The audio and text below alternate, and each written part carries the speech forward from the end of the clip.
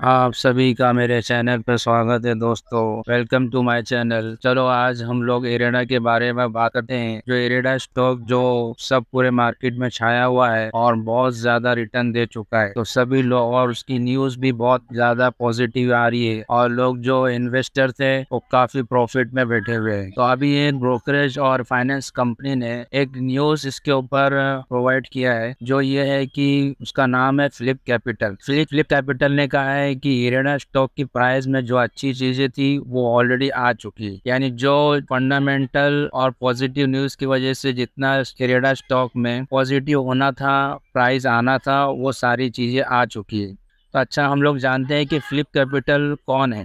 Flip capital एक investment and wealth management firm है जो 1975 में स्टैब्लिश हुई। ये वर्ल्ड वाइड सर्विस प्रोवाइड करती है।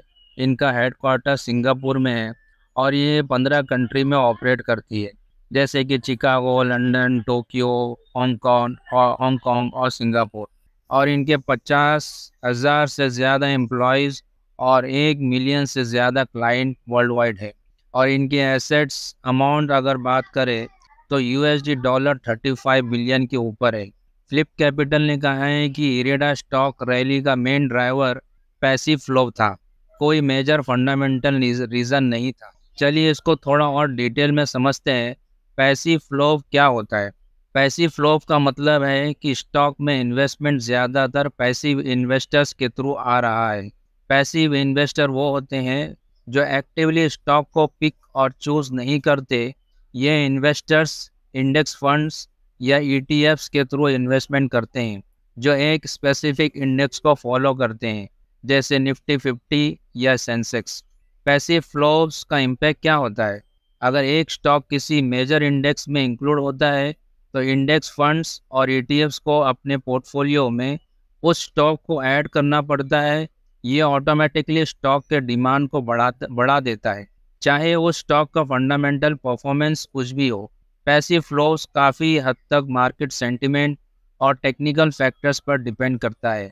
इसमें स्टॉक्स के अंडरलाइंग बिजनेस परफॉर्मेंस या फाइनेंशियल हेल्थ का ज़्यादा रोल नहीं होता है। फंडामेंटल रीज़न क्या होते हैं? फंडामेंटल रीज़न वो होते हैं जो कंपनी के कोर बिजनेस जैसे performance, finance health, management ability और इंडस्ट्री ट्रेंड्स पर आधारित होते हैं।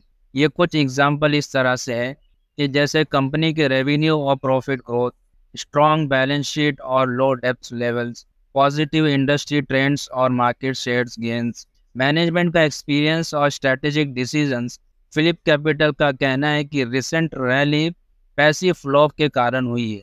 इसका मतलब है कि short term spike, stock price में शॉर्ट टर्म स्पाइक देखने को मिल रहा है जो इंडेक्स फंड्स और ईटीएफ्स के बाइंग से आया है।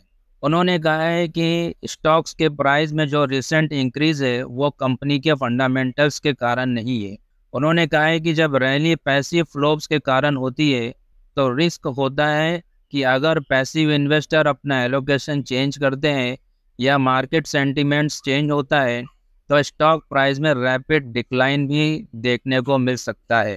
फ्लिप कैपिटल ने यह हाईलाइट किया है कि रिसेंट इरेडा स्टॉक रैली को फंडामेंटल रीजन नहीं बल्कि पैसिव फ्लो ड्राइव कर रहा है, जो शॉर्ट टर्म गेन्स तो दे सकता है लेकिन लॉन्ग टर्म सस्टेन पे क्वेश्चन रेस करते हैं।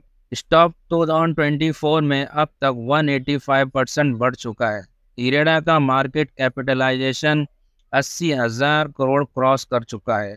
चार्ट्स पर देखें तो इरेडा शेयर्स ओवरबॉट टेरिटरी में ट्रेड कर रहा है, जहां इसके रिलेटिव स्ट्रेंथ इंडेक्स 84.59 है। इसका मतलब है कि स्टॉक पुल बैक दिखा सकता है। इसी तरह से अगर और भी वीडियो इसी या स्टॉक्स के रिलेटेड आप चाहते हैं तो हम बनाते रहेंगे। हम नेक्स्ट वीडियो में मिलेंगे। Thank you very much.